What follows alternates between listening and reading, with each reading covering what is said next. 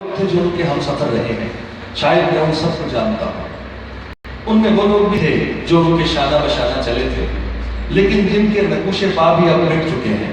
وہ ہستیاں بھی تھیں جو قرمزی کمکموں والی سڑک کے کنارے رائے پور کی ایک بے نام گلی میں رات کو آنکھوں میں گلابیاں اڑیلے ان کے مکان کے دروازے پر دستک دینے آیا کرتی تھی، اور جن کے خون خانوں کے جام اب تاکہ خیال پر بھی نظر نہیں آتے۔ ان دنوں کی غزلوں کے چند اشعار ملاحظہ کیجیے، جعفر شیرازی کی شاعری کے سنمونہ۔ نظر نے لا نہ میری پستیاں کہ تو بھی کبھی، نظر نے لا نہ میری پستیاں کہ تو بھی کبھی، بلندیوں سے اتر کر مجھے صدا دے گا۔ یہ بھی غذائے دوست ہے جعفر کے اٹھ چلے، محفل میں ورنہ بیٹھے تھے ہم کیا جما کے رنگ، کیا کیا اشک بہاتے موسم ان آنکھوں میں تیر گئے، کیا کیا اشک بہاتے موسم ان آنکھوں میں تیر گئے، آج ہم نے جب ایک نظر ہنستے پھولوں پر ڈالی ہے، سینوں میں لے کے گزری بہاروں کا درد پھول، سرسوں کی سلطنت میں چلے آئے زرد پھول۔ جعفر شیرازی کی شاعری کی ابتدا ہوئی تو اہل سخن دو مختلف نظریات کے تحت شاعری کر رہے تھے۔ ایک گروہ صرف شراب، میخانہ، ساقی، رند، محتسب، مستی اور خمار کی باتیں کرتا تھا۔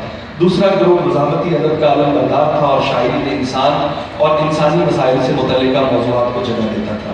انہوں نے اس کے بیچوں بیچ راستہ اختیار کیا۔ غزل ان کی پہلی اور آخری محبت تھی۔ انہوں نے انسان کے داخلی اور خارجی مسائل کو نعرہ بنانے کے بجائے غزل کے پیرامیٹر پہ رہتے ہوئے اپنے لیے راستہ نکالا۔ وہ مستقل طور پر سائیوان میں قیام پذیر رہے۔ کہا جاتا ہے کہ کوئی بھی شاعر اپنے شہر سے بڑا نہیں ہو سکتا۔ یہ بات جزوی طور پر نہل نظر ہے، لیکن جعفر شیرازی کے ساتھ ناانصافی یہ ہوئی کہ ان کی شاعری کو ادبی حلقوں نے یکسر فراموش کر دیا۔ اگر کہیں ان کا ذکر چھڑا بھی تو ان کی شخصیت کی شوخی اور کھلنڈرے پن کو موضوع بنایا گیا، جس کی وجہ سے ان کی شعری جلدیں دب گئی۔ میں نے اس عہد کے اخبارات کی تحریروں میں سے کچھ اقتباسات یہاں پر اکٹھے کیے ہیں، میں مختصراً بتاؤں۔ 1995 ظفر اقبال، روزنامہ پاکستان، کالم پارٹی پولیٹکس۔ جعفر شیرازی کے ساتھ ایک شہر میں رہنے کی وجہ سے یاسین قدرت کی ان سے چشمکے تھی۔ جعفر شیرازی ہوشیار اور چلتے پرزے ہونے کی وجہ سے ان کی دال نہیں گلنے دیتے تھے، تاہم دونوں شعراء نے ایک دوسرے کو تسلیم کرنے سے مستقل انکار کر رکھا تھا۔ کسی حد تک دونوں درست تھے۔ امجد علی شاکر، روزنامہ شام، یہ شام کا اخبار جو خبریں کا 1996 کا۔ جعفر شیرازی انجمن خواتین پسند مصنفین کے تاحیات سرپرست ہیں۔ وہ شاگردوں کو شاعری سکھاتے ہیں۔ رہے فنون لطیفہ یعنی جن سے لطیف سے قرب کے فنون، تو وہ شاگرد اپنے ذوق و شوق سے خود سیکھ لے تو سیکھ لے، جعفر شیرازی نہیں سکھاتے۔ تنویر عباس نقوی، یہ بھی نوائے وقت میں چھپا۔ یہ بات بری نہیں کہ جعفر شیرازی لائق سر احترام ہے اور قابل تحسین و تعریف ہے۔ شعر و ادب میں ان کا بڑا ہاتھ ہے کہ بڑے ہاتھ کے اوپر انورٹڈ کاماز ہیں، اور ان کے شاگرد خصوصاً شاگردات کی ایک طویل فہرست ہے۔ اور یہ مضمون ہے زاہد فخری کا، اس میں سے میں نے اقتباس لیا ہے، روزنامہ خبریں میں شائع ہوا۔ جعفر شیرازی ان لوگوں میں سے ہے جو مشاعرے نہیں لوٹتے، بلکہ دل و جان سے مشاعرے سجانے اور سنوارنے میں لگے رہتے ہیں، نئے نئے چہروں اور نئی نئی غزلوں سے۔ وہ استاد شاعر ہیں اور ویسے بھی بہت استاد ہیں، اور وہ اپنے شاگردوں کی داد بھی خود سمیٹتے ہیں۔ ان اقتباسات سے آپ کو اندازہ ہو گیا ہوگا کہ استاد محترم جعفر شیرازی جیسے وزردار اور ادب کی ترویج و اشاعت میں بڑھ چڑھ کر حصہ لینے والے ادیب کا اچھا ہونا ان کے حق میں کتنا برا ثابت ہوا۔ ایک بھرپور زندگی گزارنے والا شخص پیرانہ سالی میں دو طرح کے رویے اختیار کرتا ہے۔ یا تو وہ مستقبل سے مایوس ہو کر سماج سے متنفر ہو جاتا ہے اور اپنی ذات کے قبول میں قید ہو کر بقیہ دن گزار دیتا ہے۔ اس کے برخلاف دوسرا رویہ یہ ہوتا ہے کہ وہ اپنے بڑھاپے پر قابو پانے کے لیے انتہائی خوش اخلاق، لطیفہ باز، ملنسار، یار باش اور مجلسی آدمی بن جاتا ہے۔ جعفر شیرازی نے دوسرا انداز اختیار کیا۔ ان کی غزل کے مطالعے سے ان کے شعری جمال کا بخوبی ادراک ہوتا ہے۔ جعفر شیرازی کی غزل میں بہت ہی آگ دکھائی دیتی ہے جو صدیوں سے انسانی دل میں زندہ ہے۔ ان کی شاعری محبت کی شاعری ہے، اور محبت کی شاعری وہی کر سکتے ہیں جو محبت کرنے کا ہنر جانتے ہیں۔ میں گیسوؤں کی طرح اس کے دستے ناز میں ہوں، میں گیسوؤں کی طرح اس کے دستے ناز میں ہوں، کبھی بکھیر دیا ہے کبھی سنوار دیا۔ تیری آنکھوں کی ایک منجھار تک پہنچا نہیں کوئی، تیری آنکھوں کی ایک منجھار تک پہنچا نہیں کوئی، یہ وہ دریا ہیں جن کے پار تک پہنچا نہیں کوئی۔ اب اس کے بس کی بات ہے چاہے وہ جب ملے، کیسا بچھڑ گیا ہے خدا جانے کب ملے۔ ہم جہاں سے بھی گزر گئے فرقت میں اور تم، اتنے دنوں کے بعد کہیں جا کے ہم ملے۔ چاندی کی مانند آنکھوں میں چمکے اس کا گھر، چاندی کی مانند آنکھوں میں چمکے اس کا گھر، دور فلک پر چاند ہے روشن جیسے اس کا گھر۔ آؤ اے جعفر تاروں پر پاؤں رکھ کر دیکھیں، اس کے شہر کے سارے گلیاں نیچے اس کا گھر۔ عمر بھر ہاتھ نہ امروز نہ فردا آیا، تے اگر دشت ہوئے سامنے دریا آیا۔ تو یہ کہتا ہے زمانوں میری باہوں میں رہا، میں تو کہتا ہوں کہ جھونکا سا ہوا کا آیا۔ تو یہ کہتا ہے زمانوں میری باہوں میں رہا، میں تو کہتا ہوں کہ جھونکا سا ہوا کا آیا۔ میں تو ہنستا رہا جعفر، لیکن دوستوں کو میرے حالات پہ ہونا آیا۔ جب انسان کے تحت شعور میں کسی پیکر حسین کی جستجو ہو تو وہ مسلسل سفر میں رہتا ہے، دشت بدشت کریا بکریا کو بکو، اسی کوشش میں آوارہ روی اختیار کرتا ہے۔ بقول اکرم کلیم، آوارگی جعفر شیرازی کی کمزوری ہے، یہ ان کی جبلت میں داخل ہے۔ وہ آوارہ ہے جب تک ابر کے ٹکڑے، باد صبا کے جھونکے، سوکھے پتے، گرد کے ذرات، چاند اور ستارے آوارہ ہیں۔ دیکھنا یہ ہے کہ یہ سفر جو انہوں نے طے کیا اگر آگہی کا سفر تھا تو پھر ان کی مثال اس غزال وحشی کی ہوگی جو اپنے پہلو میں خوشبو لیے پھرتا ہے۔ مجھے اس بات سے اختلاف ہے۔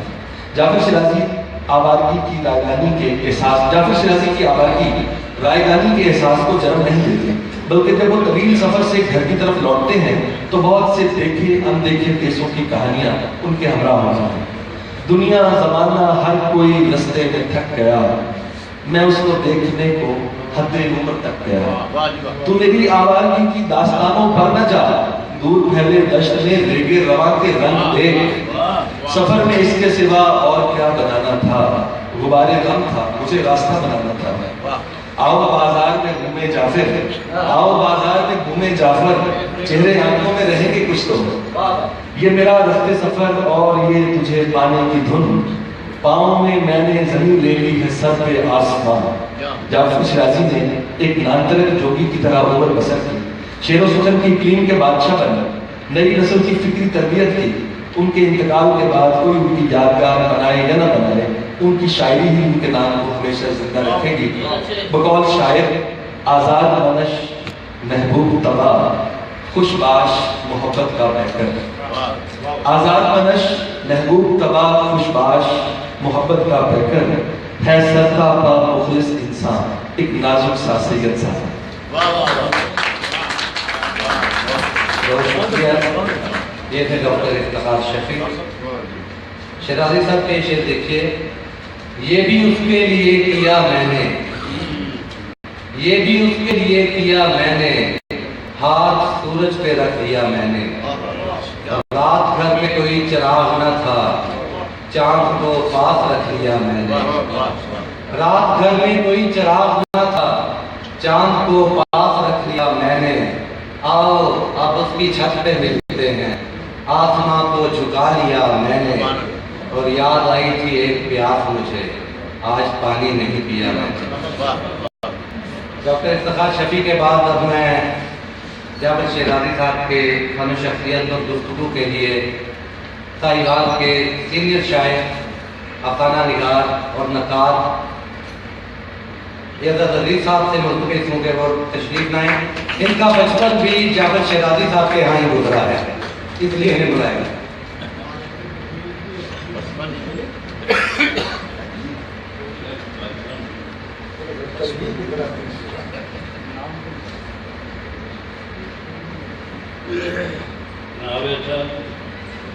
مہمانان گرامی اور معزز سامعین، اپنے بزرگ دوست اور استاد محترم کے بارے میں میرا یہ مضمون